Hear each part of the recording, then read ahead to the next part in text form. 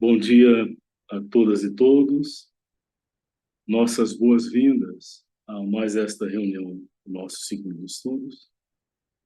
Hoje, uma reunião especial ainda dentro deste ciclo especial que a Casa promoveu de atividades em torno da comemoração do aniversário de nascimento de Shri Aurobindo em 15 de agosto. Então, a reunião de hoje não é a sequência do ciclo, mas tem uma feição especial também, uma seleção de textos de Shri Aurobindo, a mãe, que busca como que, uma vez mais, ressaltar alguns aspectos centrais na visão de Shri Aurobindo, que eu acho que contribuem para, inclusive para a melhor compreensão daquilo que está sendo estudado no nosso ciclo de estudo. Então, vamos compartilhar uma tela.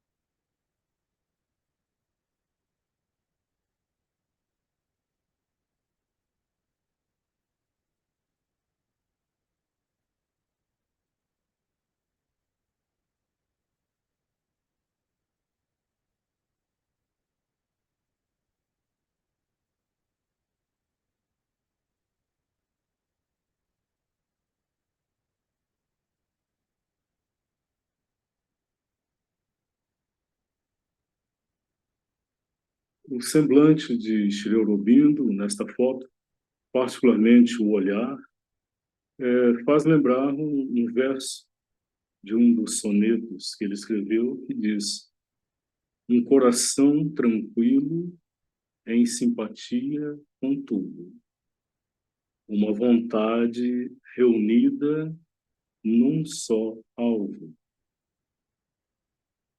Um coração tranquilo em simpatia com tudo, uma vontade reunida num só alvo.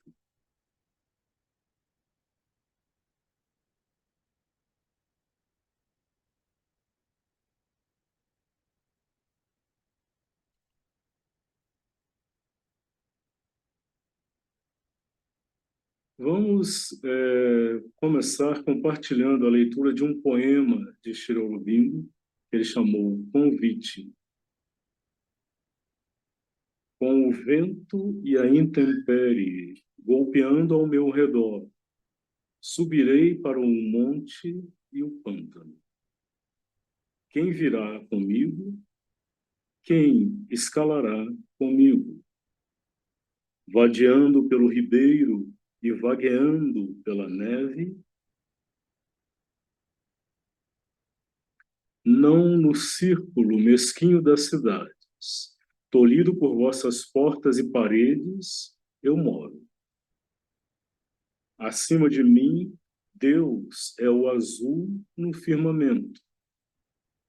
Contra mim, o vento e a tempestade se rebelam. Aqui em minhas regiões, eu me divirto com a solidão. Dos infortúnios me fiz um amigo. Quem viveria tão vastamente, tão livremente? Quem viveria? Aqui, aos meus planaltos, varridos pelo vento, acende. Sou o senhor da tempestade e da montanha. Sou o espírito da liberdade e do orgulho. Puro ele deve ser e um parente do perigo. Aquele que compartilha de meu reino e caminha ao meu lado.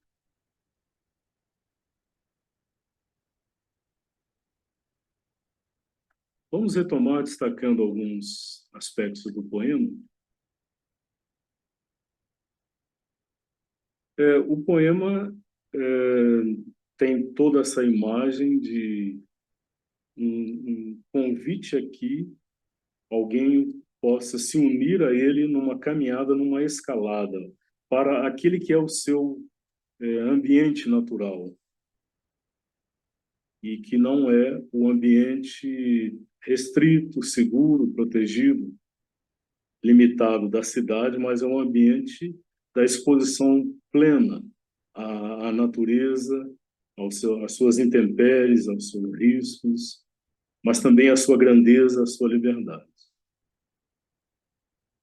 Então, aquele que quiser acompanhá-lo tem que aceitar esse convite e escalar até onde, ou juntamente com ele, até o que é o seu território natural.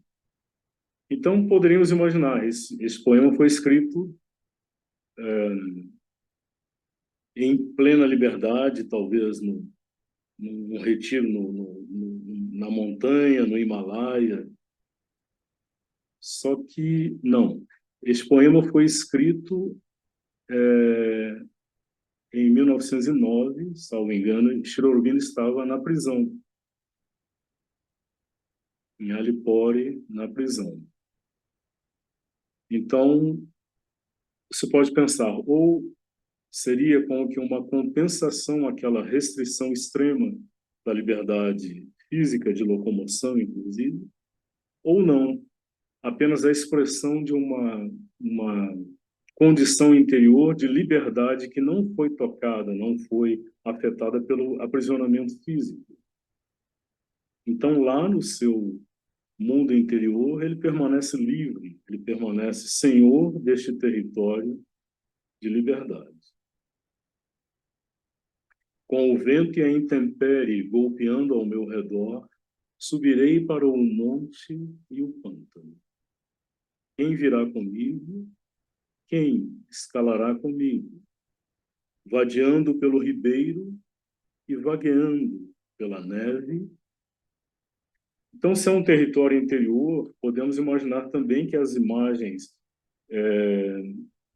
buscadas na natureza são também metáforas para condições interiores, desafios interiores, processos interiores que são desafiadores, tão desafiadores como enfrentar os elementos naturais.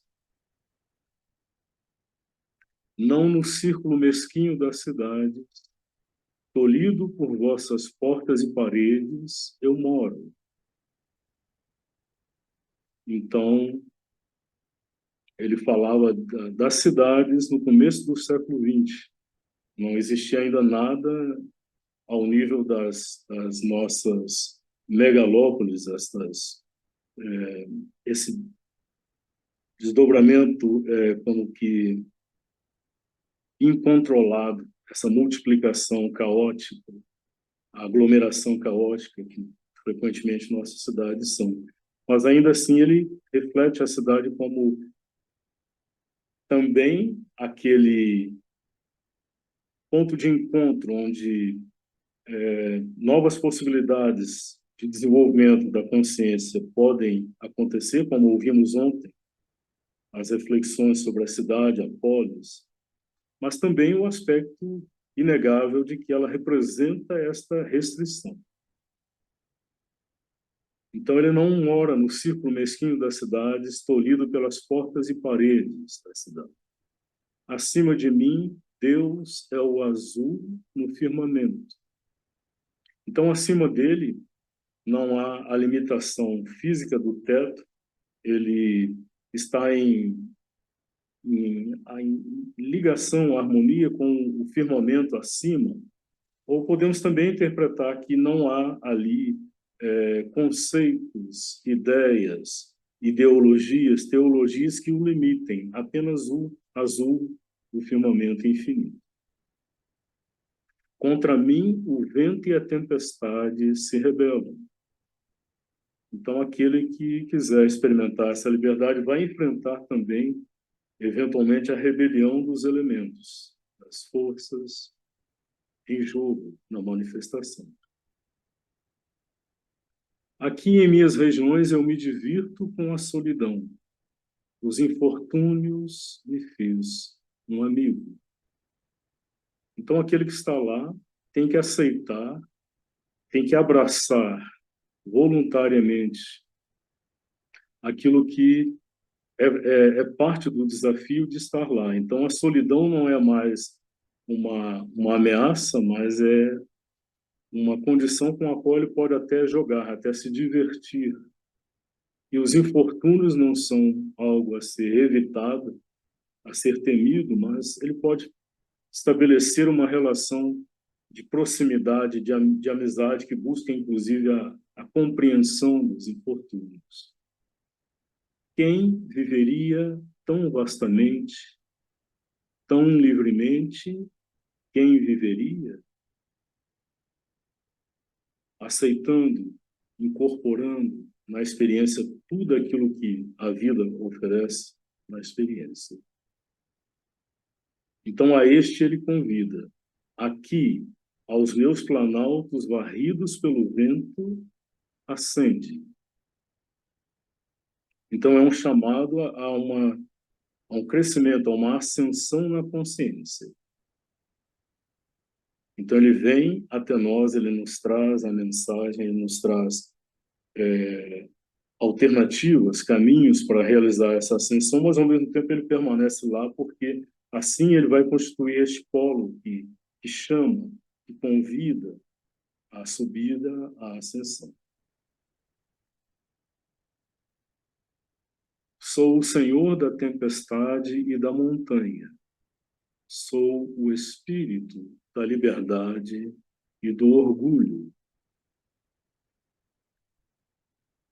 Esta palavra orgulho é, pede um esclarecimento. Não é o orgulho no sentido como comumente consideramos que é, de fato, uma formação defeituosa da personalidade, uma condição de julgamento limitado e equivocado das próprias possibilidades, mas faz lembrar uma história racidista em que é dito que o orgulho é uma propriedade de Deus.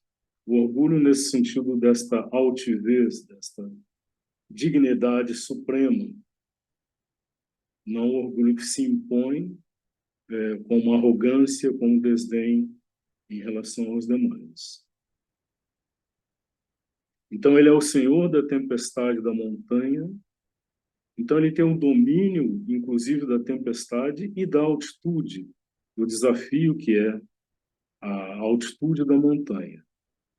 Ele é o próprio espírito da liberdade e desta altivez da consciência da sua própria verdade essencial.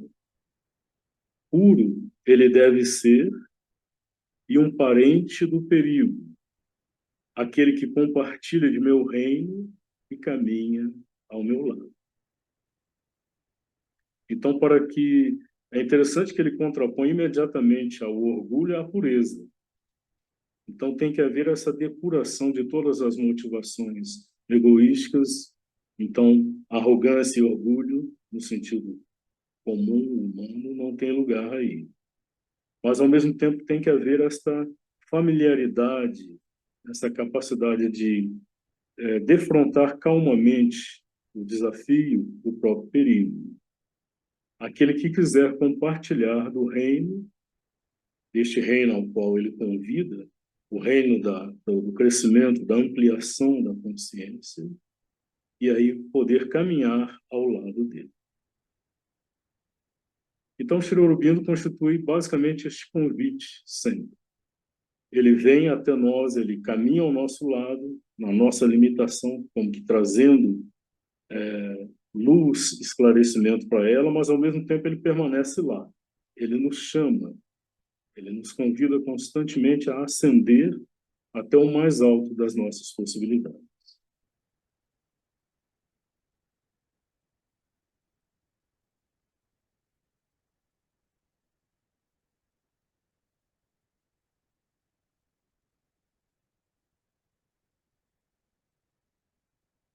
Um dos aspectos que nós vamos abordar é esta relação de interação, de mutualidade, de diálogo entre a dimensão do alto, do espírito, e a dimensão da terra, do mundo, da vida, a dimensão do espírito universal e da alma individual.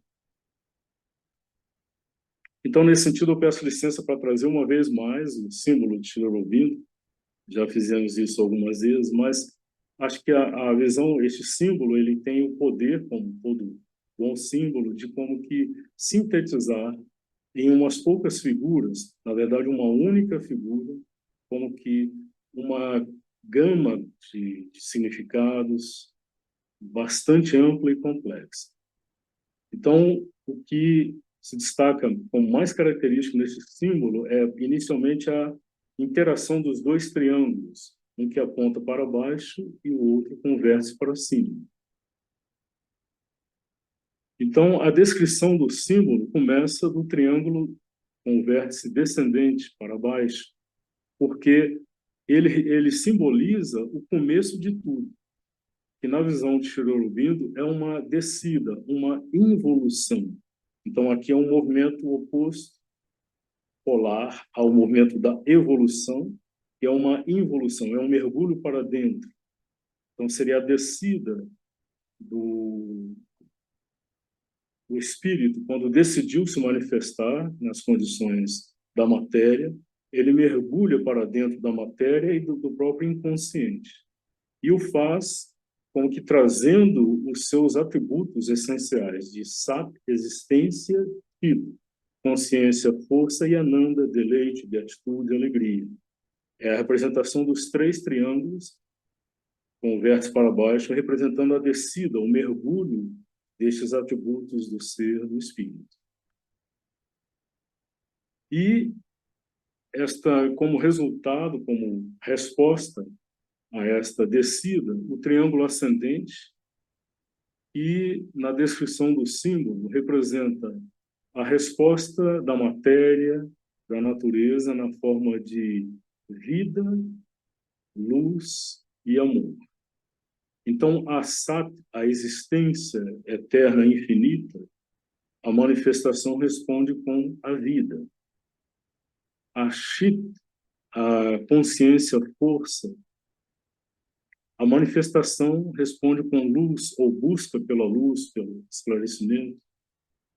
E a, a descida de Ananda, do deleite, da beatitude, da alegria, a manifestação responde com o princípio do amor, o princípio que sustenta, interliga tudo nesta resposta da evolução, da manifestação. É aqui na interação dos dois triângulos que está como que uma chave central para a compreensão da mensagem de Sri Aurobindo, porque eles não são dois movimentos isolados, independentes, alheios um ao outro, mas eles se interpenetram. Então, a descida e a resposta da subida, a interpenetração sugere, ao mesmo tempo que a resposta é necessária, ela é determinada pela própria descida, por assim dizer, e pode também sugerir que este movimento de descida, de chamado e de resposta, ele é constante, ele é constantemente renovado.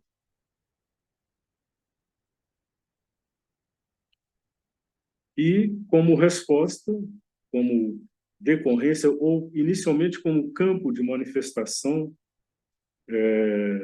deste grande processo e deste grande drama cósmico que é a evolução, o campo dela é inicialmente a manifestação na matéria, no físico, que é representada pelo quadrado.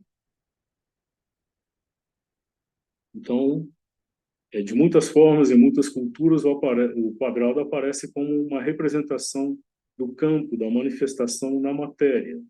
Então, na Terra, por exemplo, nós temos as quatro direções cardeais, norte-sul, leste-oeste, temos as estações e assim por diante, uma série de movimentos rítmicos associados à Terra tem a referência do quadrado.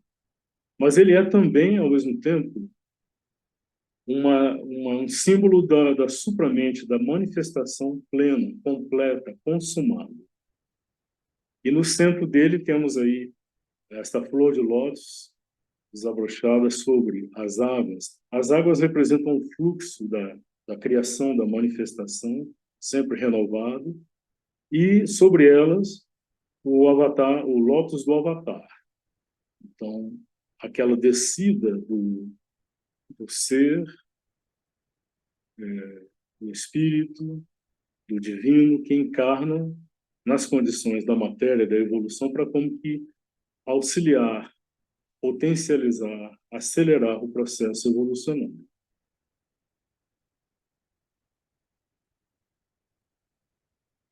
Então, todos esses elementos numa interação constante, dinâmica, a descida de Satchitananda, a resposta constante, constantemente renovada, como vida, luz e amor. Essa descida acontece no cenário terrestre quadrado, que está destinado, por sua vez, a um dia como que ser o cenário de uma manifestação plena das potencialidades do espírito. Então, esse é um outro diferencial da visão de Sri Aurobindo, é de que a plenitude da realização espiritual está destinada a acontecer aqui, no cenário, nas condições da manifestação universal da Terra.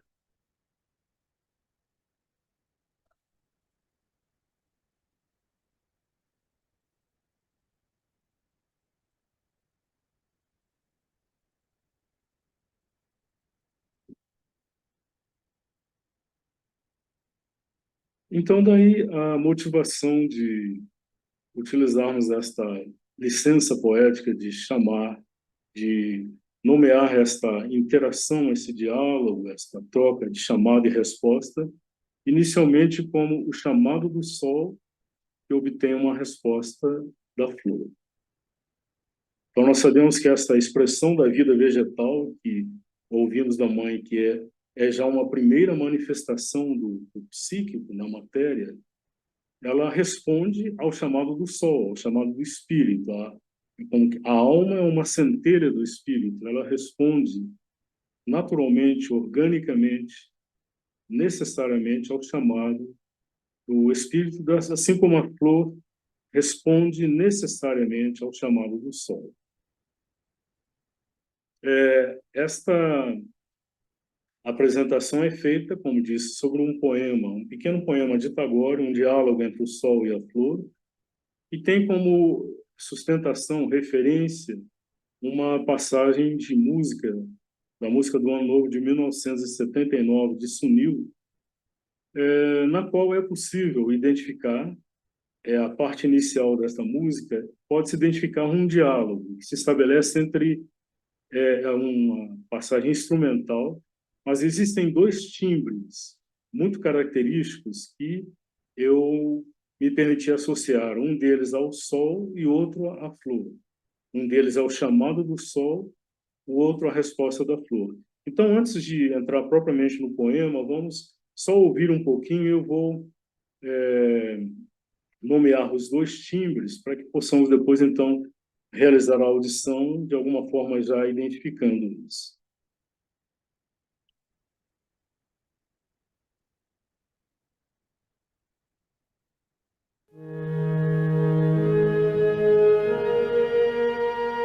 O tema gera minha inspiração, a mãe improvisando o harmônio.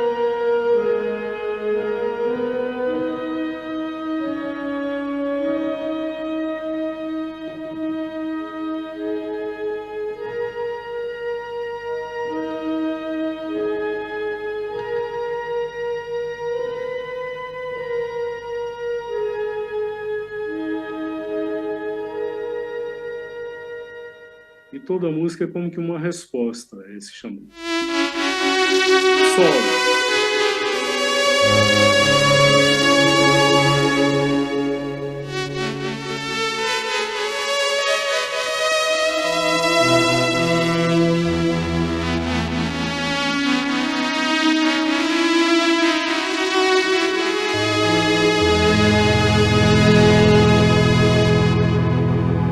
A flor.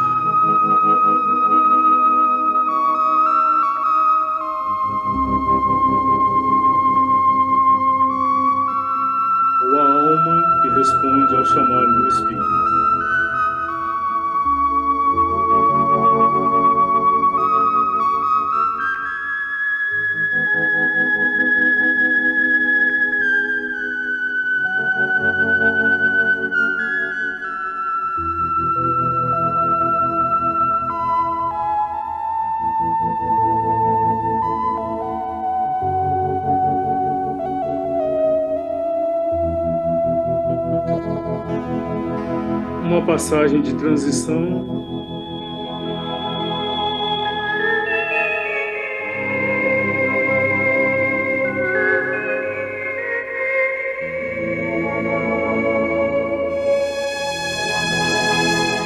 De volta ao sol, a sua voz altiva, seu chamado soberano.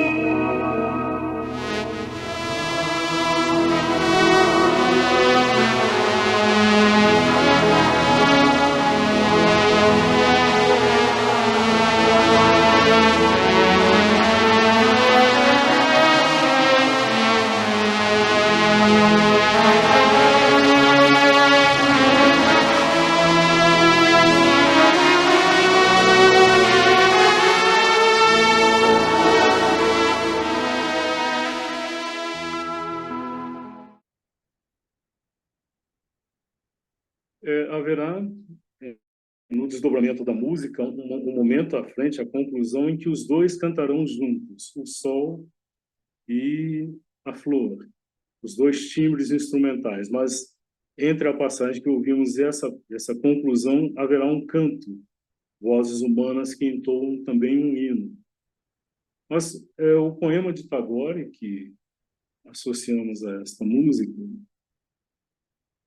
ó sol, como posso cantar para ti e te adorar?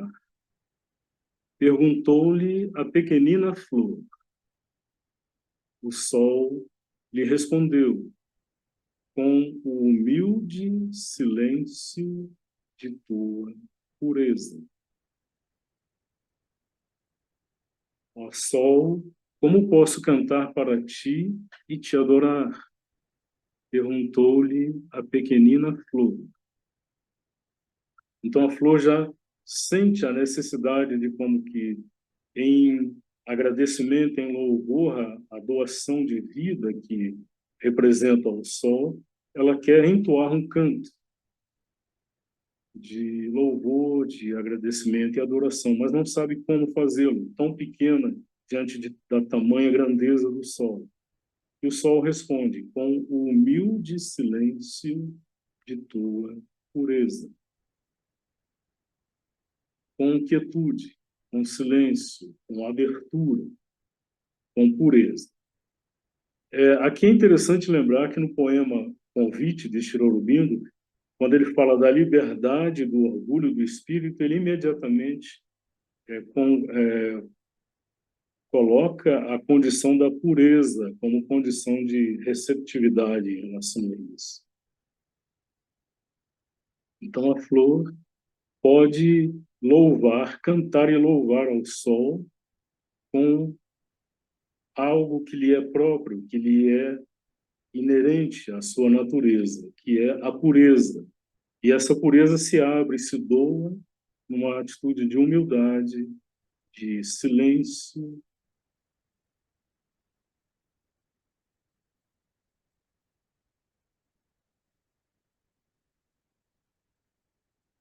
Ó sol, como posso cantar para ti e te adorar? Perguntou-lhe a pequenina flor. O sol lhe respondeu com o humilde silêncio de tua pureza.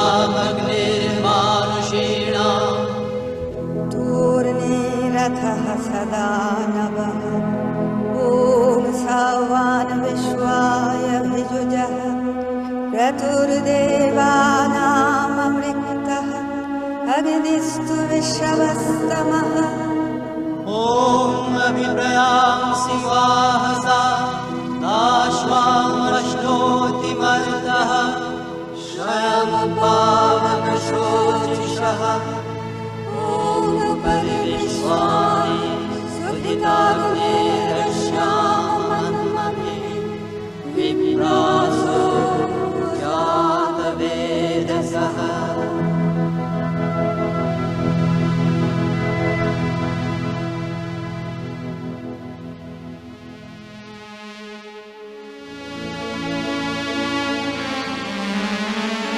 Cantam juntos o sol e a flor.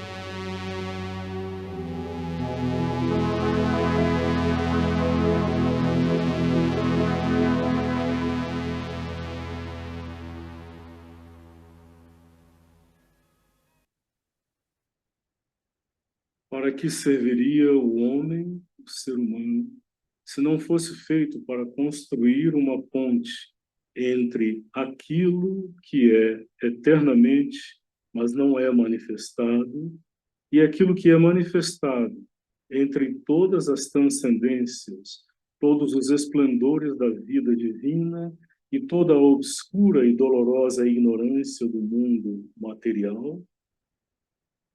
O homem é o elo entre aquilo que deve ser e aquilo que é. Ele é a ponte por cima do abismo, ele é o grande X em cruz, o traço de união quaternária.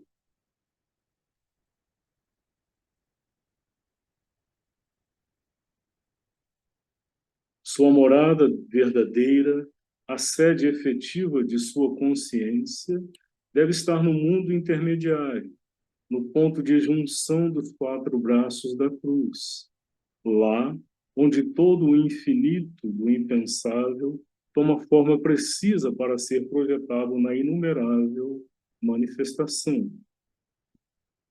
Este centro é um lugar de amor supremo e de consciência perfeita, de puro e total conhecimento.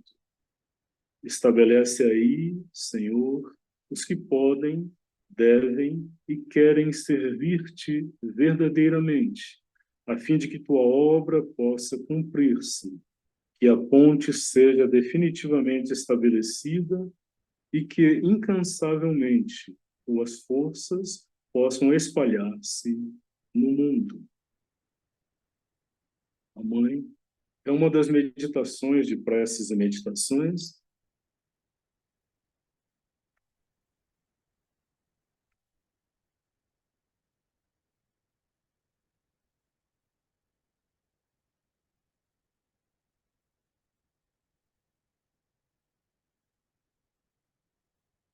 Então, ela nos fala, há muito conteúdo aqui, mas é basicamente que o ser humano é a ponte entre aquilo que está no alto e manifesta e a própria manifestação. Ele é a resposta consciente que a manifestação oferece ao chamado, ao propósito do alto. Ele que, pelo exercício da sua liberdade de escolha, eventualmente pode parecer colocar em xeque a própria criação, parecer ameaçar jogá-la num abismo, mas ele é, na imagem que a mãe diz, a ponte lançada sobre o abismo do inconsciente, do caos, da morte. Ele pode transpor, porque ele é o termo consciente da natureza, no qual ela como que deposita a missão de realizar essa ponte, essa ligação. E ela fala da manifestação quaternária, mais uma vez o elemento do quatro, da terra. Ele é a junção, como que uma representação da cruz, o eixo vertical, o espírito, e o eixo horizontal da manifestação.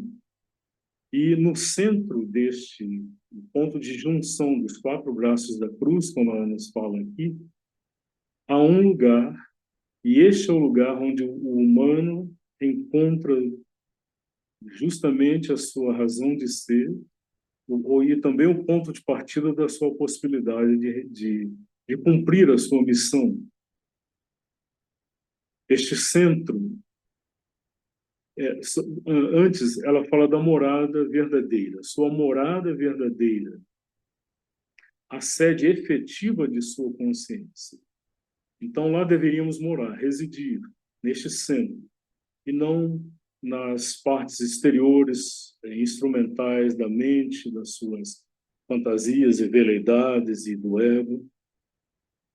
A sede efetiva da consciência deveria estar no mundo intermediário, neste centro de encontro entre o vertical e o horizontal. Este centro é um lugar de amor supremo e de consciência perfeita, de puro e total conhecimento. Então, este centro estaria no humano na altura do coração, do centro cardíaco. Se visualizamos aquela figura de Leonardo da Vinci, os braços abertos na horizontal, o corpo é a vertical, o ponto de encontro é na região do cardíaco, do coração. E é onde a mãe Shirobindô nos dizem está a sede, ou a porta de acesso ao psíquico em nós. O psíquico está numa outra dimensão sutil, mas nesta região temos uma porta de acesso efetiva a ele. E como o psíquico é uma centelha do divino, ela pode dizer que ele é um lugar de amor supremo e de consciência perfeita, de puro e total conhecimento. E conclui com um chamado, uma invocação, uma aspiração. Estabelece aí, Senhor, os que podem, devem e querem servir-te verdadeiramente. Então, uma possível leitura é de que, mesmo aqueles que estão prontos para como que realizar a descoberta e o consciente assumir deste centro, eles precisam também de uma ajuda, um processo árduo, desafiador. Então, por isso, talvez ela peça para que o próprio Senhor, o Senhor da criação, que ajude, estabeleça aí aqueles que podem, devem e querem servi-lo verdadeiramente, a fim de que a obra dele possa cumprir-se, que a ponte seja definitivamente estabelecida. A ponte, a que ela se refere no início, entre o Criador e a criação. E cabe à consciência humana estabelecer esta ponte. E que, através desta ponte, irão circular, irão transitar para manifestar-se e espalhar-se no mundo as forças oriundas do próprio ser divino.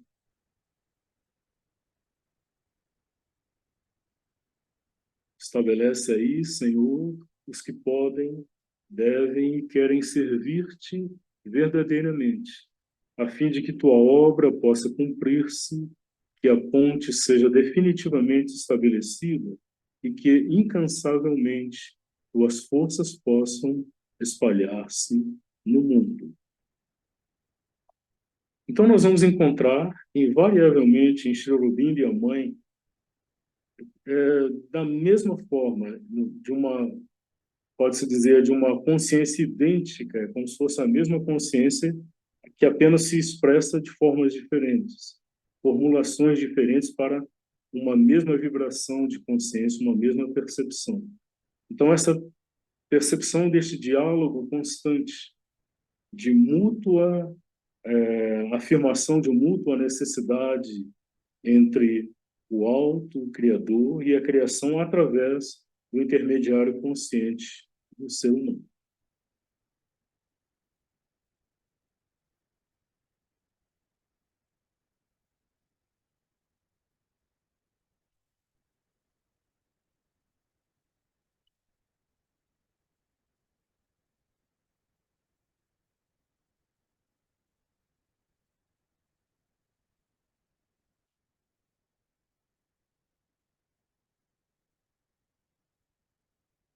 Um outro aspecto, uma outra formulação, o chamado do Espírito e a resposta da Terra.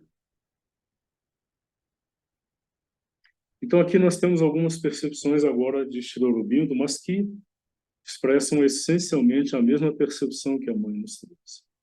Só que aqui, como que ele recua até como que ao início de tudo.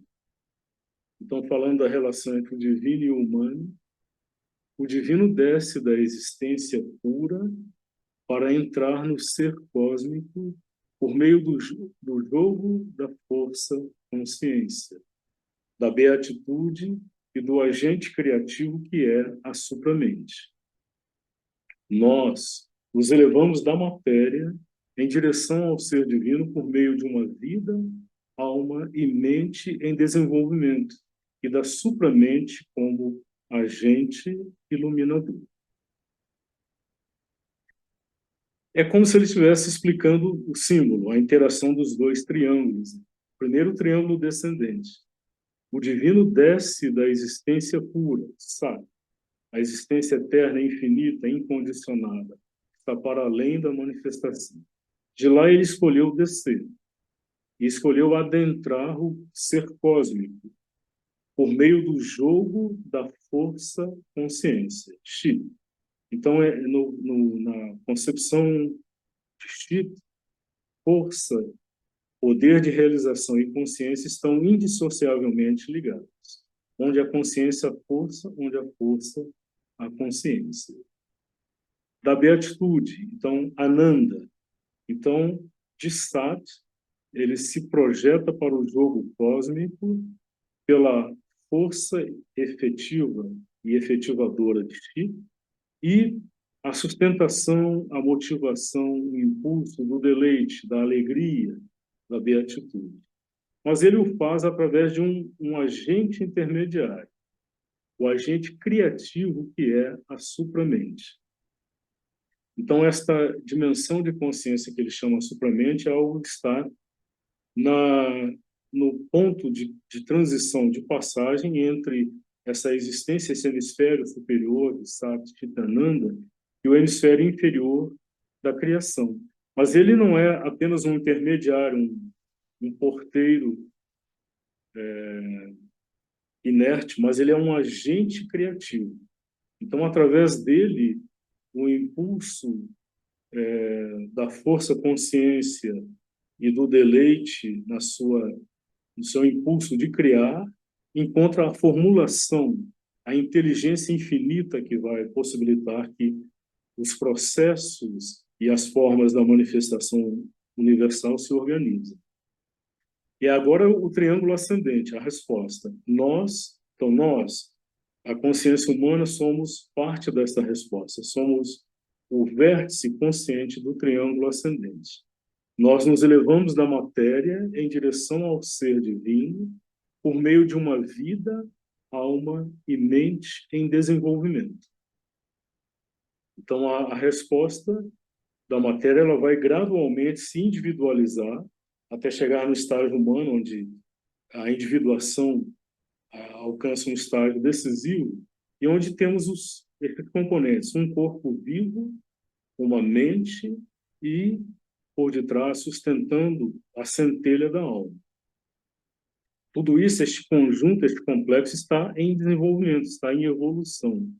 E aqui a supramente intervém novamente. Na descida, vamos observar a troca sutil e decisiva dos termos. Na descida, a supramente é o agente criativo. Então, ela possibilita a formulação, a criação, a configuração, o plasmar das formas. Na subida, quando ela está lá e auxilia o esforço de ascensão, ela é um agente iluminador, ela irradia a sua luz, a sua força, como que um sol que atrai a manifestação da criação, a vida da planta. Então, na descida, ela é um agente criativo, na subida, é um agente iluminador. Então, encontramos aqui a exata expressão dos símbolos. Dois aspectos de um mesmo grande processo de involução e evolução, tendo a supramente como intermediário. Uma outra expressão deste movimento de mutualidade, de doação, de interação entre o superior, o hemisfério superior do espírito, o hemisfério inferior da manifestação, da criação. O inferior se dá ao superior e o superior ao inferior, de modo que possam realizar-se um no outro. O humano se dá ao divino e o divino ao humano. O todo no indivíduo se dá ao todo no universo e recebe, em recompensa divina, sua universalidade realizada. Então, temos um mundo de percepções aqui numa única sentença. O inferior se dá ao superior. Recorremos à imagem novamente, a flor, a planta, a flor que se oferece ao sol. Mas não é apenas isso. Esse movimento de oferenda, de doação, não acontece apenas de baixo para cima. Mas ele nos diz, o superior se doa ao inferior. O sol se doa, o sol derrama constantemente a sua irradiação de luz, de calor e de vida, de modo que possam realizar-se um no outro. Nessa simples sentença aqui há uma chave para uma compreensão central em Sri Aurobindo. O inferior está destinado a realizar-se no superior, ou seja, a incorporar plenamente as potencialidades do superior, de consciência, de força, de deleite, de beatitude, mas o superior, ele quer manifestar-se também no inferior. Então, ele não exerce apenas uma força de atração para que o inferior suba e vá até ele e abandone o plano da criação. Não, ele se derrama para manifestar-se, para realizar-se aqui, no hemisfério da criação. Aí ele especifica o nível humano. O humano se dá ao divino e o divino ao humano. Então, novamente, esta interação, essa mutualidade, essa doação, oferenda, auto-oferenda e doação mútua, aqui entra a dimensão da consciência humana e do divino. Se o humano, chegado a este estágio em que ele compreende que nessa dimensão do alto está a sua própria possibilidade de realização de plenitude, ele vai abrir-se a isto, vai doar-se a isto.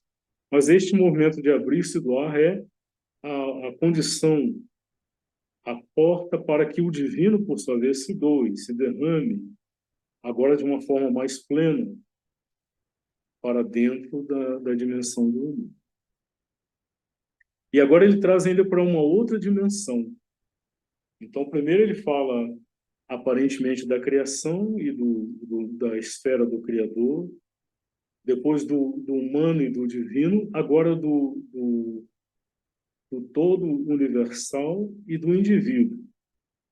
O todo no indivíduo se dá ao todo no universo e recebe em recompensa divina sua universalidade realizada.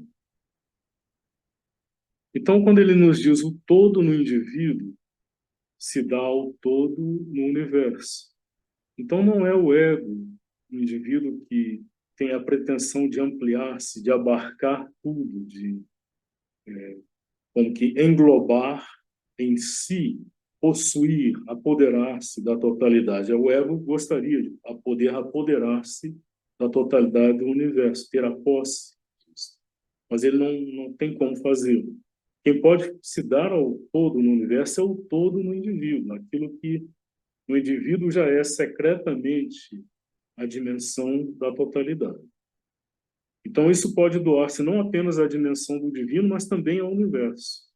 E vai receber como resposta, como recompensa, a universalidade realizada. Então, o indivíduo estaria destinado não apenas a realizar essa plenitude no diálogo, na troca com o divino, mas também com o universo. Ele está destinado a como que uma realização universal. Então, a plenitude na dimensão vertical, a plenitude na dimensão horizontal da manifestação universal.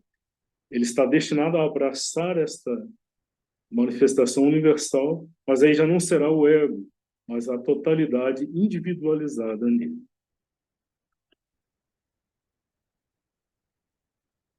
E aqui aquela passagem de A Vida Divina que sempre vale relembrar. Se é verdade que o espírito está envolvido na matéria e a natureza aparente é Deus secreto, então manifestar o divino em si mesmo e realizar Deus internamente e externamente são os mais altos e mais legítimos objetivos possíveis ao ser humano sobre a Terra. Então, se aceitamos, inicialmente ainda não como uma realidade vivida, uma experiência, nós ainda, a grande maioria de nós não chegou ainda nesse estágio, nós podemos aceitar isso como uma possibilidade, um conceito. Quando Sri Aurobindo nos fala que o espírito está envolvido na matéria e que a natureza, toda esta manifestação múltipla que se nos oferece como a natureza, é Deus secreto. Então, quando ele nos oferece essa visão e fundamenta essa visão, isso é, acho que para muitos de nós, absolutamente satisfatório. Atende à expectativa da lógica em nós, de um sentido de lógica, de justiça, de sentido e propósito nessa manifestação. E se isso é verdade, se admitimos isso como verdade, o desdobramento necessário disso é que manifestar o divino em si mesmo, em nível da dimensão individual, e realizar Deus internamente, na dimensão subjetiva, e externamente, na dimensão da relação e num estágio mais avançado, em nível coletivo, a humanidade como um todo, realizando o sentido, o propósito, a presença da divindade na Terra. Então, estes são os mais altos e mais legítimos objetivos possíveis ao ser humano sobre a Terra. Claro que nos é dada a liberdade de escolha, podemos escolher 1 milhão de objetivos possíveis, mas se isso está em nós, aguardando como uma possibilidade, não há um objetivo que pudesse ser mais alto e mais legítimo, porque nenhum é mais abrangente do que isso. Nenhum seria capaz de nos dar uma experiência de plenitude da mesma forma que eles. Então, ele quase nos diz como que é uma decorrência lógica imperativa de aceitarmos que o espírito está envolvido na matéria e que há um processo de evolução, de revelação desse espírito, e possamos assumir o nosso papel, a nossa possibilidade de colaborar neste processo.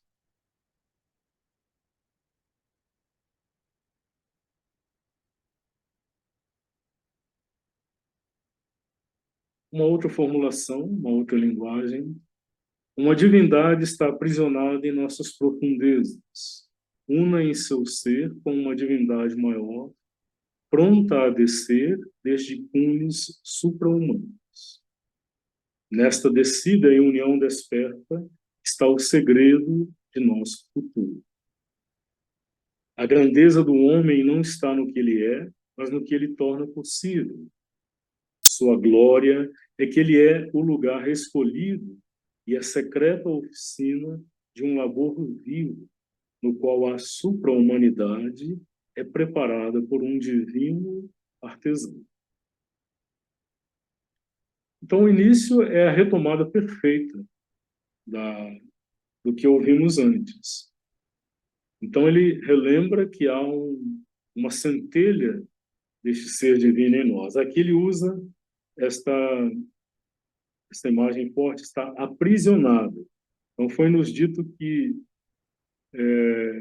ao mergulhar como que para dentro do inconsciente, essa centelha se encontra inicialmente inteiramente como tolhida por este inconsciente, pela obscuridade, pela resistência que é própria à matéria a criação na sua base, mas ainda assim, ainda que aprisionada nas profundezas secretas, ela não perde a sua unidade com a dimensão do alto, una em seu ser com uma divindade maior.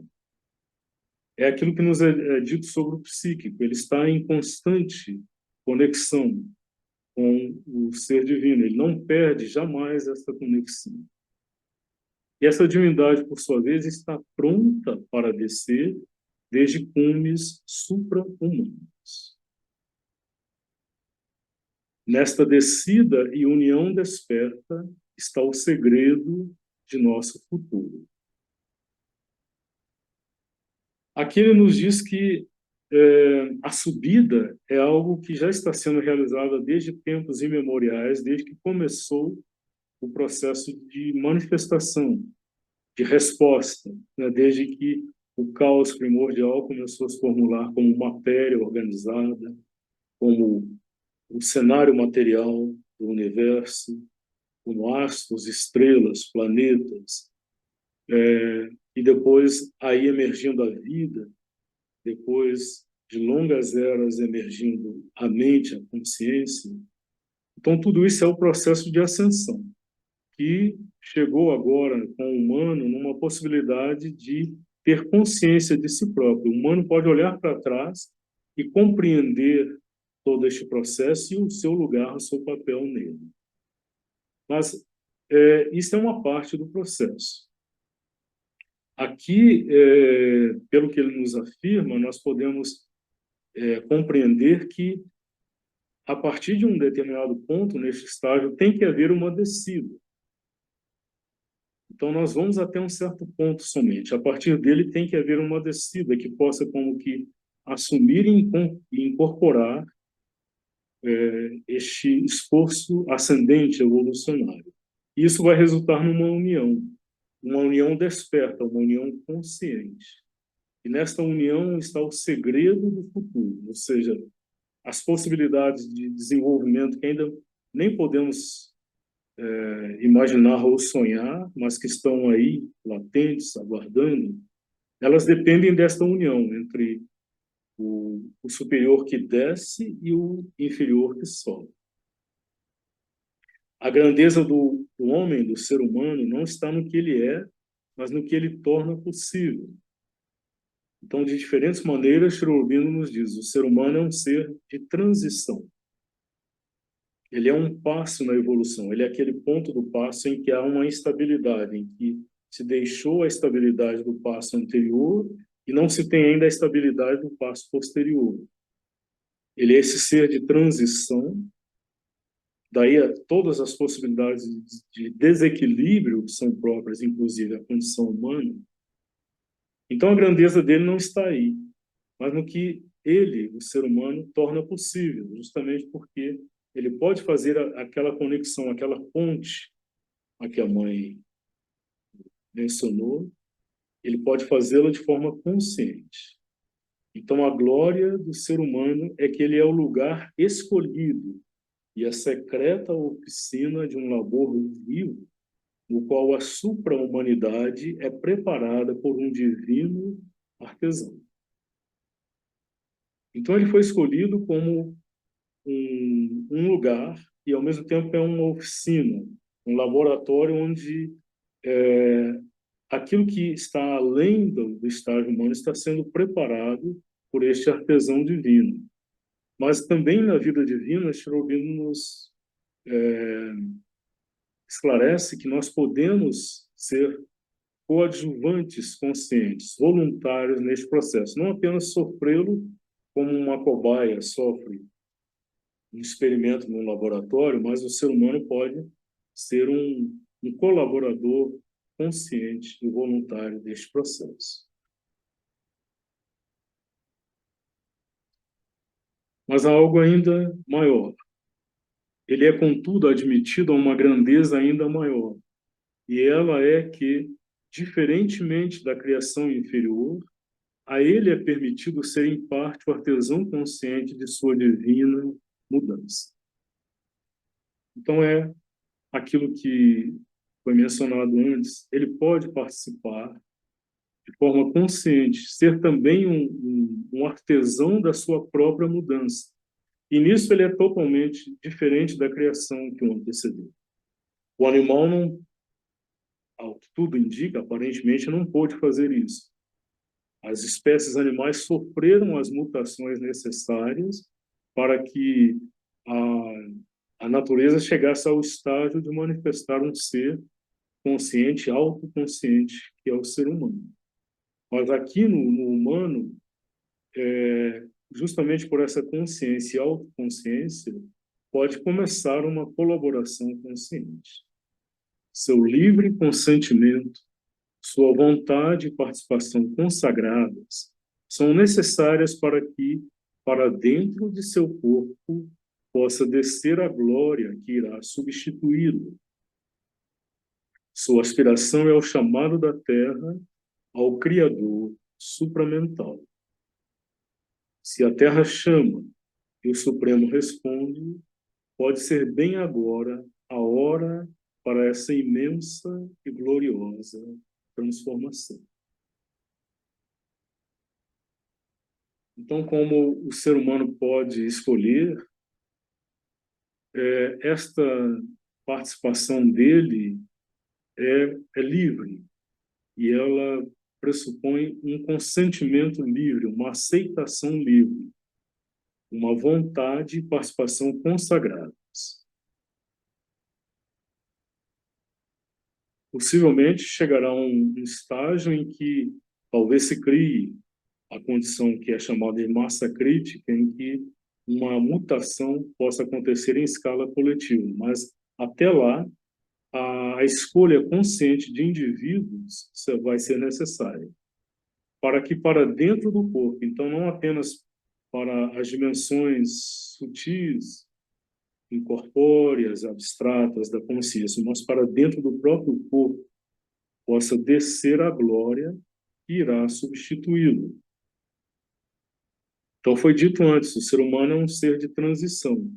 Uma outra criação virá, capaz de como que incorporar dinâmicas de consciência que o aparato instrumental humano ainda não pode fazê-lo. Mas é o próprio humano que pode se transformar nisso, se quiser.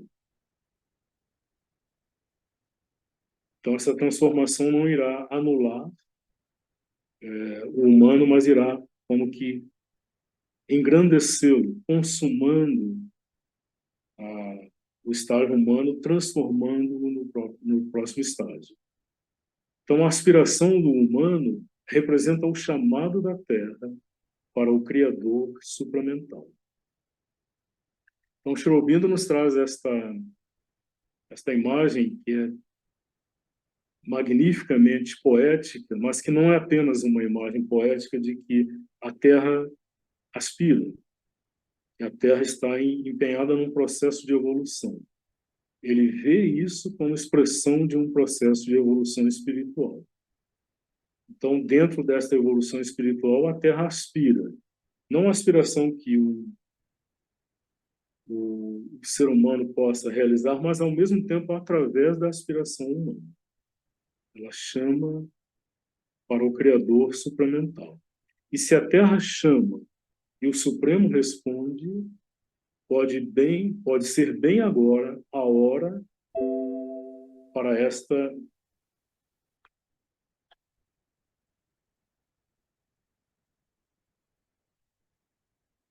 imensa e gloriosa transformação.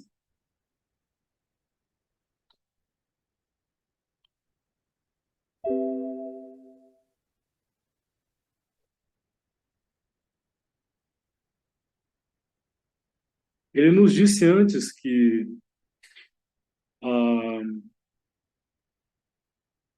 este estágio, esta dimensão superior, quer descer. Então, se há um chamado da Terra, muito provavelmente haverá uma resposta do Supremo.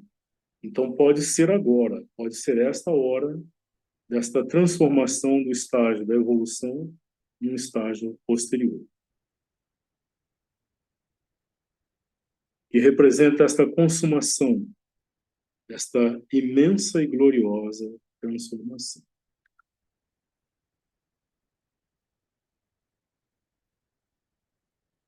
Ainda debruçando-se um pouco sobre esta relação horizontal entre o indivíduo e o universo. Até aqui ele falou da dimensão horizontal do ser divino e da alma, do estágio humano, da manifestação, agora a relação universal horizontal entre o universo e o indivíduo. O universo e o indivíduo são necessários um ao outro em sua ascensão. De fato, eles existem sempre um para o outro e enriquecem-se mutuamente. O universo é uma difusão do todo divino no espaço e tempo infinitos. O indivíduo é sua concentração dentro dos limites de espaço e tempo. Então, vamos só retomar a partir daqui. Da mesma forma que ele nos disse que o Criador e a criatura, a criação, tem essa relação de mutualidade, como que quase de necessidade mútua, ele nos diz aqui que o universo e o indivíduo são também mutuamente necessários. O indivíduo é necessário à manifestação plena do universo. E a realização universal é a condição da realização plena do indivíduo. Então, de fato, eles existem sempre um para o outro e enriquecem-se mutuamente. O desabrochar da consciência individual enriquece, cada consciência individual que desperta enriquece a manifestação universal. O universo é uma difusão do todo divino no espaço e tempo infinitos. O indivíduo é sua concentração dentro dos limites de espaço e tempo. Então, aquele todo divino que se manifestou, ele o fez através de uma difusão, uma disseminação de si no espaço e no tempo infinito.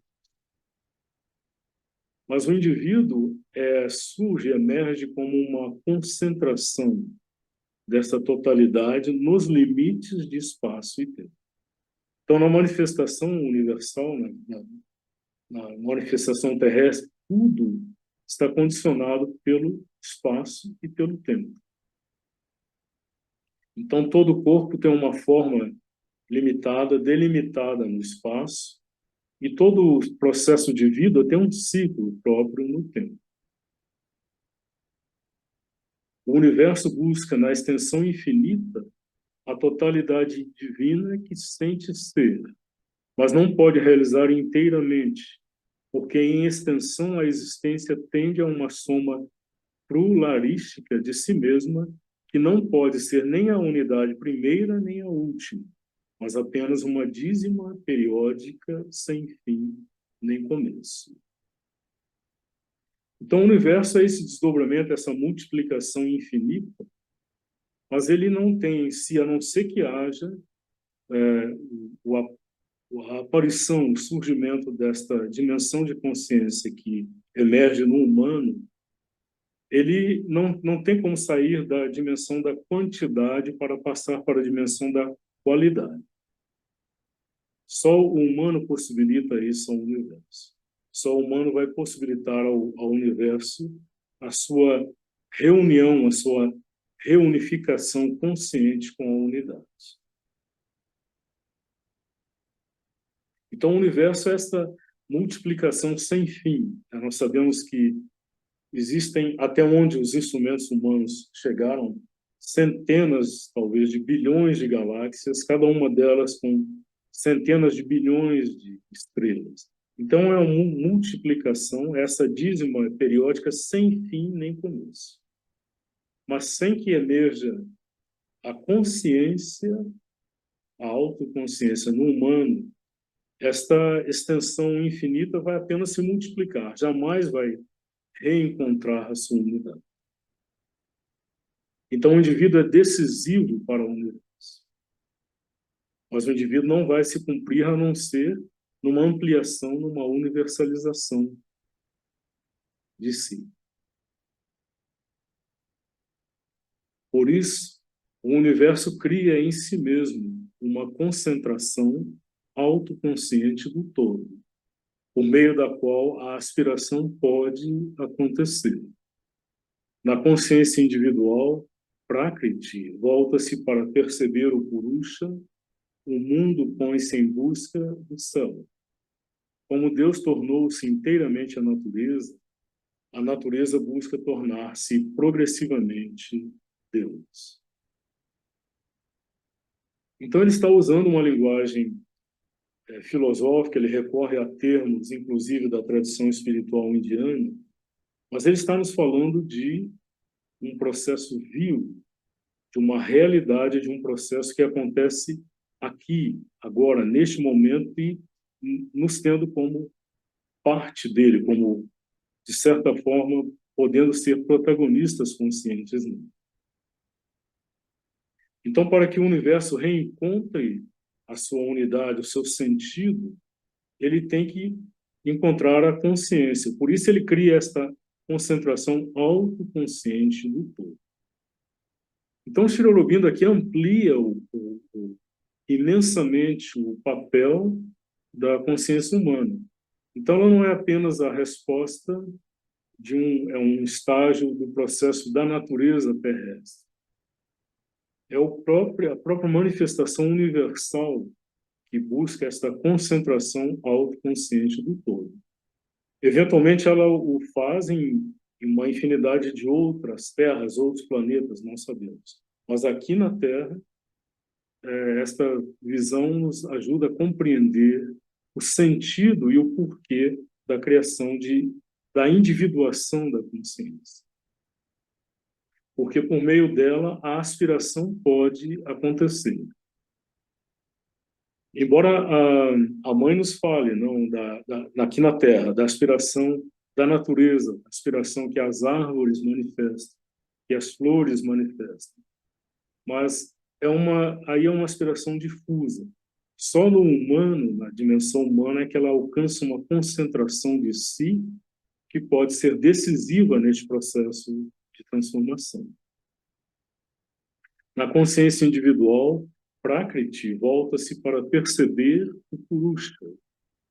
Então, Prakriti, a criação, a natureza, a manifestação do Criador, do Purusha, o ser divino que deu origem à criação, Então, na consciência individual que há esse voltar-se, a essa busca de percepção do que está na essência, do que está na origem deste movimento.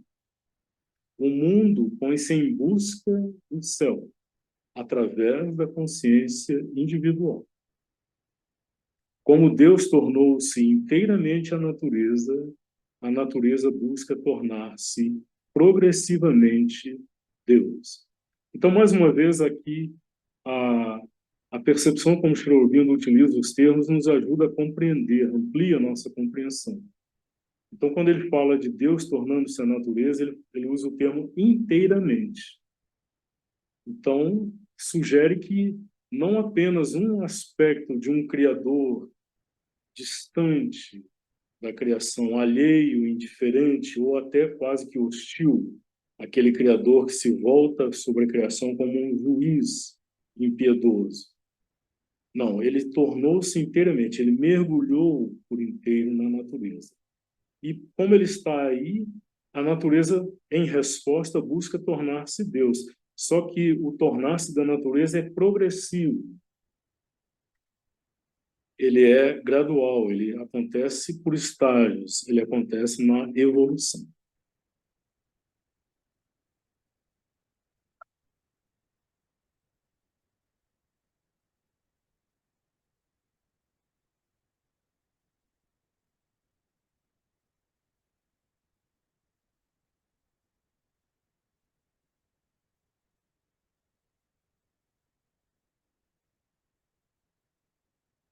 Nós vamos concluir esta parte com a leitura de uma passagens de Savitri, já do penúltimo canto, do penúltimo livro, o livro 10, o livro do dia sempiterno, do dia eterno.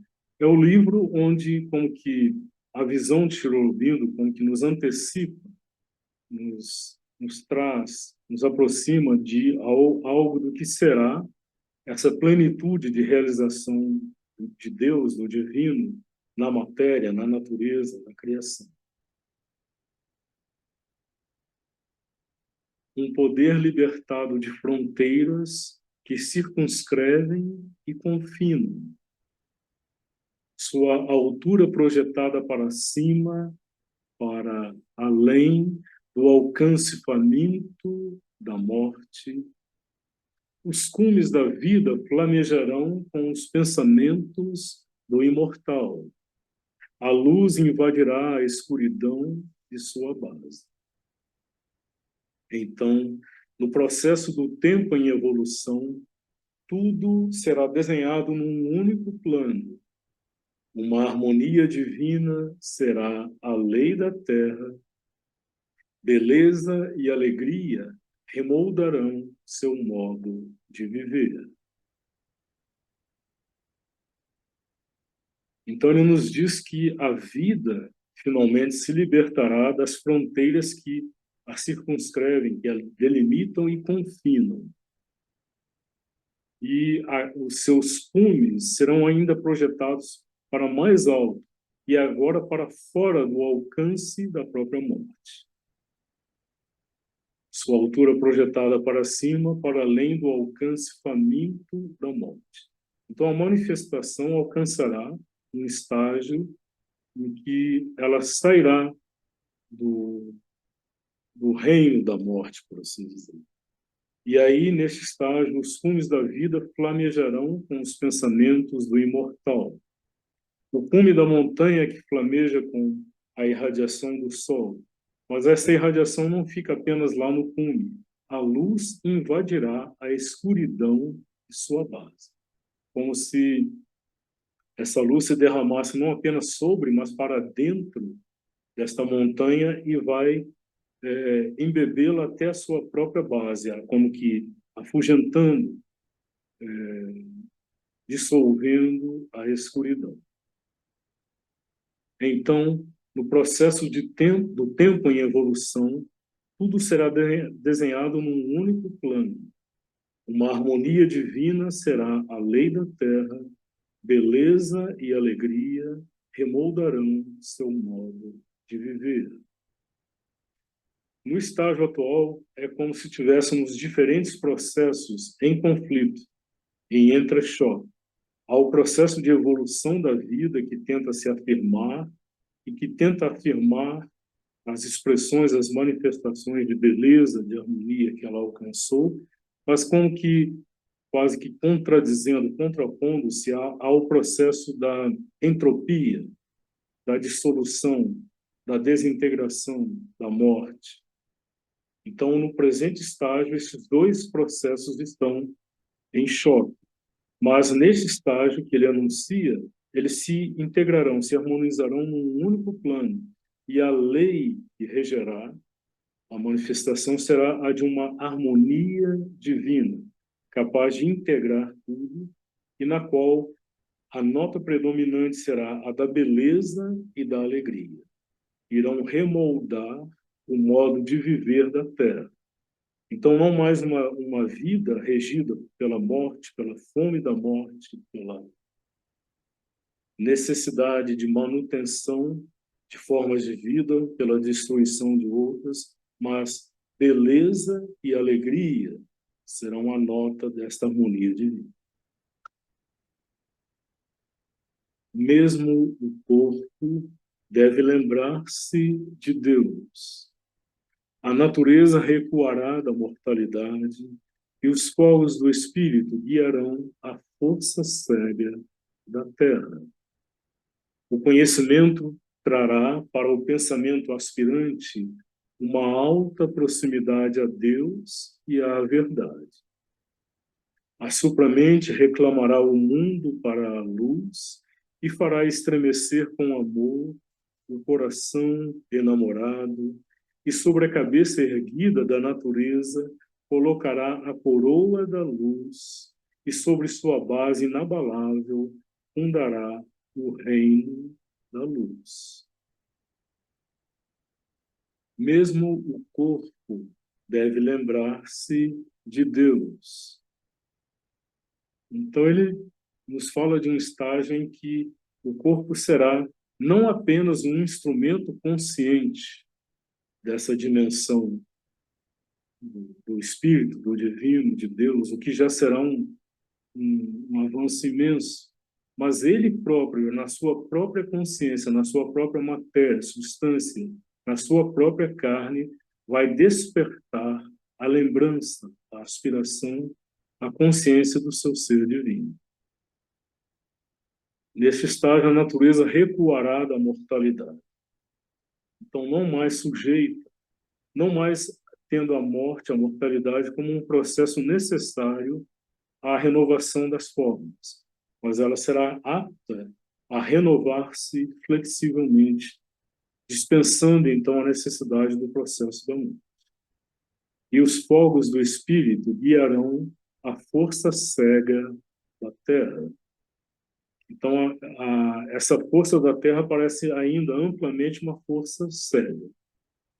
Mas ela, neste estágio, será guiada pelos fogos do Espírito. O conhecimento trará para o pensamento aspirante uma alta proximidade a Deus e à verdade. Então, o pensamento não estará destinado a ser banido, anulado, dispensado, mas ele próprio vai, através de uma aspiração, de uma ampliação, de uma abertura ao conhecimento verdadeiro, por experiência, por identidade, ele vai representar também ele, o pensamento, uma proximidade a Deus e à verdade. Então, ele sairá do campo da dualidade, da divisão, da dúvida, para chegar mais próximo da verdade, mais próximo da essência divina. A supramente reclamará o mundo para a luz, ou seja, ela vai resgatar o mundo que está sujeito ainda à obscuridade, à ignorância, ela vai reclamar, vai resgatá-lo para a luz e fará estremecer com amor o coração enamorado. Então, não apenas a irradiação de luz sobre as consciências, mas também na dimensão do sentir, do coração, a expressão potencialidade divina, essa expressão de Ananda, que é o amor. E sobre a cabeça erguida da natureza, colocará a coroa da luz. Então, a cabeça erguida da natureza, não a natureza como que vergada, submissa à ignorância, à morte, mas a natureza cônscia da sua própria essência, da sua própria verdade, do seu próprio poder, ergue a cabeça e sobre ela pode receber a coroa da luz. E não apenas aí na dimensão do alto haverá este coroamento, mas a própria base inabalável. Então aqui é uma percepção muito preciosa, porque o que hoje é a resistência tenaz, aparentemente insuperável, da inércia da matéria, ela vai constituir na natureza transformada uma base inabalável, aqui, sobre a matéria. Uma base que nada será capaz de sacudir, de estremecer, de abalar. Então, sobre esta base da natureza transformada, a supramente fundará o reino da luz. A terra inteira será a morada manifesta do Espírito, não mais oculto pelo corpo e pela vida, não mais oculto pela ignorância da mente. Mão infalível irá moldar evento e ato. Os olhos do Espírito olharão, através dos olhos da natureza, a força do Espírito ocupará a força da natureza. A terra inteira será a morada manifesta do Espírito. Então temos aquela expressão de Sri Aurobindo em que ele fala que o Divino, o Supremo, escolheu a Terra como a mansão esplêndida. Então não apenas uma morada, um passageiro, um albergue no qual ele se hospeda temporariamente enquanto faz a travessia por este vale de sombra e de dor, mas ela será transformada e se tornará esta mansão esplêndida, esta morada do Espírito. Não mais oculto pelo corpo e pela vida, não mais oculto pela ignorância da mente. Então, as três dimensões instrumentais do ser, o corpo, a vida e a mente, elas hoje velam, elas ocultam a presença do Espírito. Mas nesse estágio elas não mais o farão. Transformadas, elas irão, em vez de ocultá-lo, irão revelar. E mão infalível irá moldar evento e ato.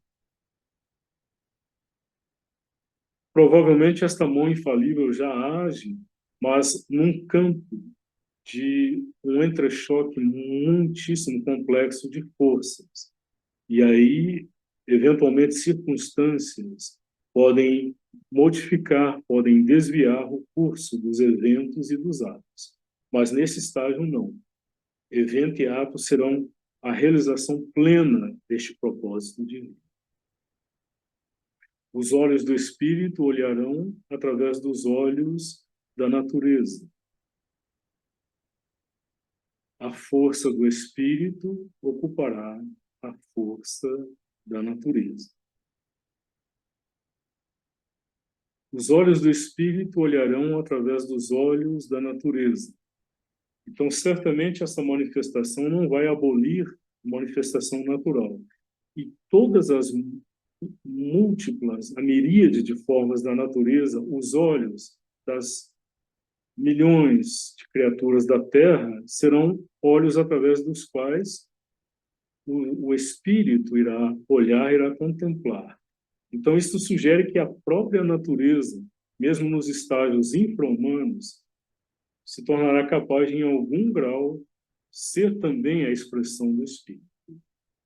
A força do Espírito ocupará a força da natureza.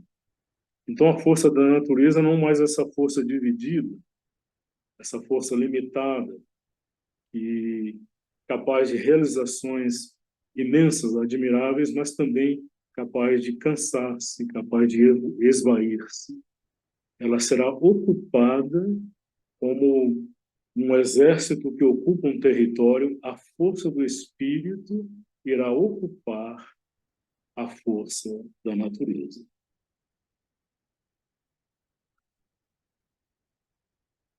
O espírito será o mestre de seu mundo, não mais espreitando na obscuridade da forma, e a natureza reverterá a regra de seu ato.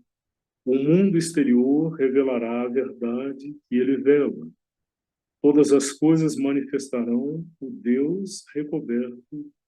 Tudo revelará a luz e a força do Espírito e se moverá para seu destino de felicidade.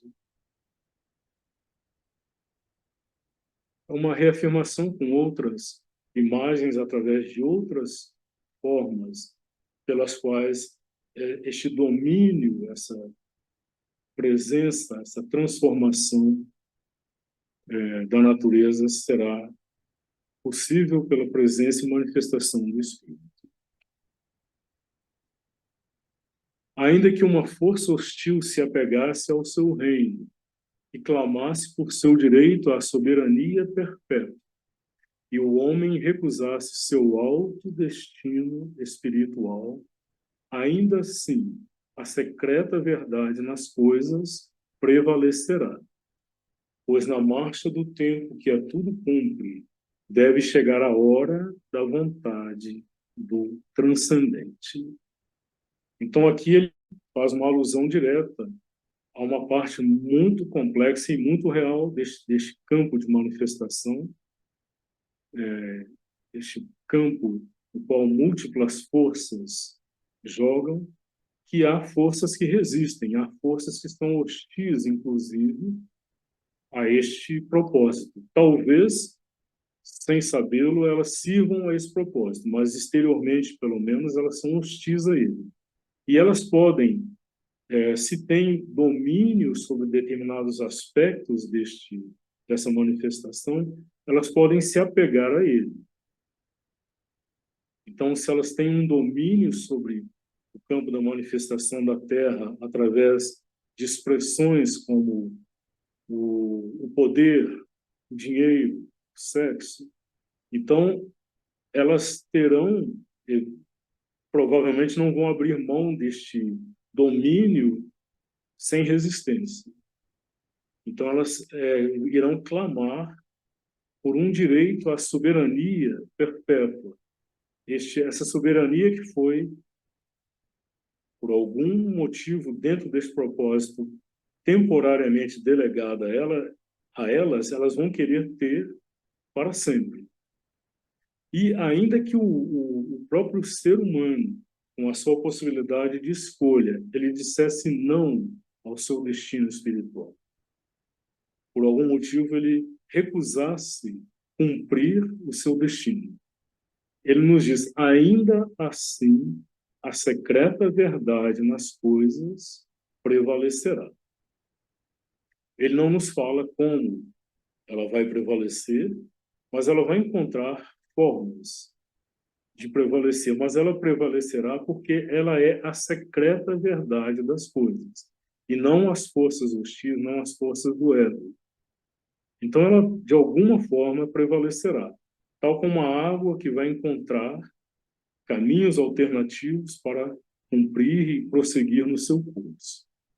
Talvez adiando no tempo, por caminhos, contornos imprevistos, não sabemos, mas ela um dia prevalecerá. Pois na marcha do tempo que a tudo cumpre, deve chegar a hora da vontade do transcendente. Então, se é a vontade do próprio ser divino, do transcendente, o que poderia constituir um obstáculo permanente e definitivo a essa vontade? Tudo se volta e serpeia rumo a seus fins predestinados. No curso fixo e inevitável da natureza, decretado desde o começo dos mundos, na essência profunda das coisas criadas.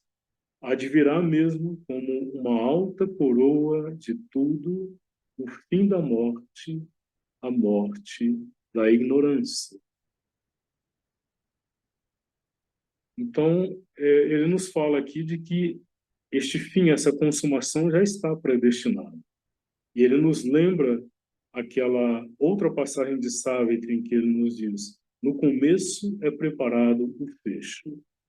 Então, tal como a semente já contém em si a árvore, essa manifestação já contém desde o início a sua consumação plena. E nela, a própria morte, este processo subordinado, deixará de ser necessário. E não apenas a morte como um processo físico de renovação, mas a morte da ignorância. Aquilo que obsta a plena manifestação do conhecimento da verdade, também isso deixará de existir. E a verdade será um sol sobre a cabeça da natureza, e a verdade será o guia dos passos da natureza, e a verdade olhará de dentro de suas profundezas inferiores. Então, nessa passagem final, ele, em 3 versos, coloca 3 aspectos da relação entre a verdade essencial do ser, do espírito, e a natureza. Ela será um sol sobre a cabeça da natureza. Ou seja, ela vai continuar pairando para sempre nessas dimensões do alto. E daí irradiando, iluminando a natureza. Mas ela virá para o plano da natureza. E aí ela será o guia dos passos da natureza. Então ela permanecerá para sempre no alto, irradiando aquela instância iluminadora da supramente, que Sri Aurobindo aludiu. Ela estará ao mesmo tempo aqui no plano da natureza, guiando os passos da natureza, os fogos do espírito que guiarão a força cega da natureza. E não só no alto e aqui, mas ela irá para dentro das profundezas inferiores, da base, até do próprio inconsciente, para iluminar e transformar e transfigurar. E de lá ela olhará. E a verdade será um sol sobre a cabeça da natureza, e a verdade será o guia dos passos da natureza, e a verdade olhará de dentro de suas profundezas inferiores. Então, a verdade essencial prevalecerá em todos os níveis, transformando, transfigurando, abrangendo a natureza na sua unidade.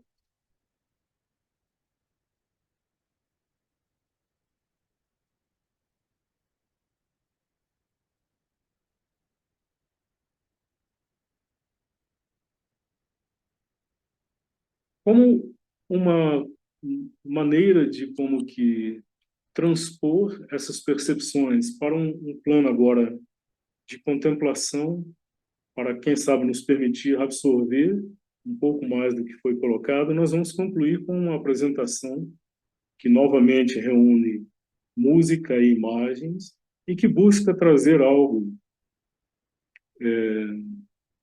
desta manifestação do espírito do mais alto na forma, na natureza, o chamado do espírito, despertando uma resposta da natureza, e essa integração rica, complexa, que se dá da unidade através da multiplicidade infinita.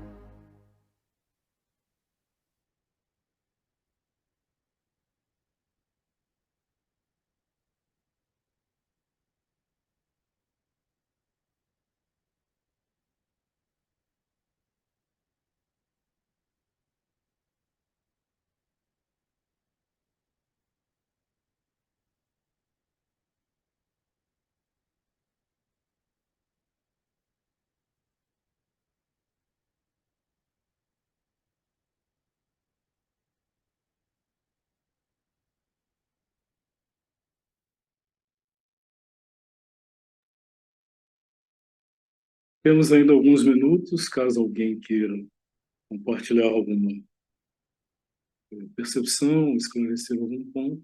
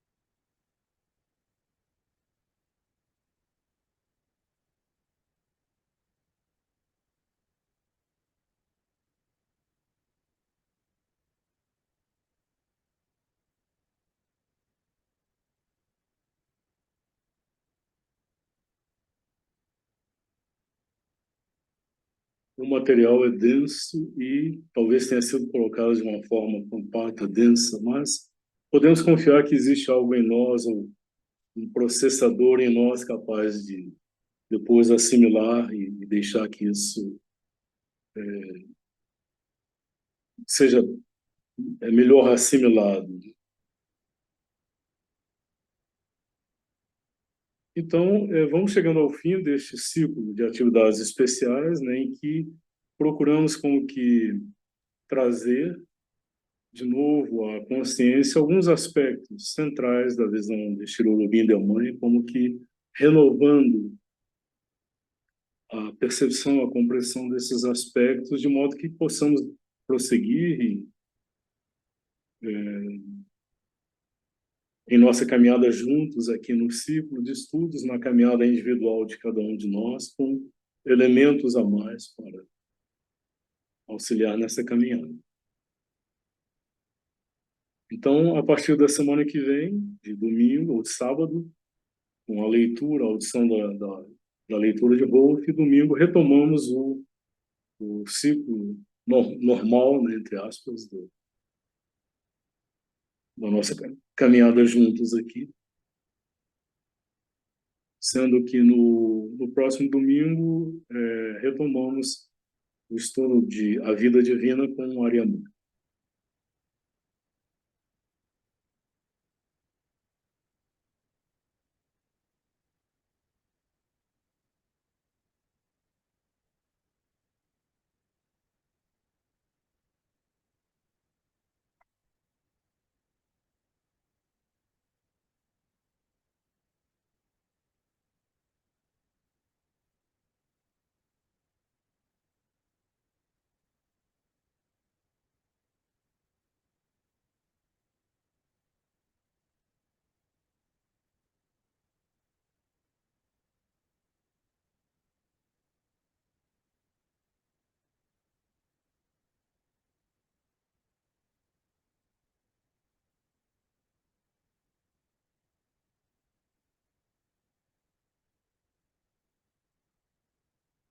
Então, acho que podemos ir concluindo, agradecendo a todos os que têm acompanhado o ciclo, a quem acompanhou mais especificamente este momento dessa semana, e esperando contar com a companhia de vocês aqui no prosseguimento da nossa caminhada. Então, vamos concluindo, desejando uma boa semana para todos, e nos reencontramos no próximo sábado.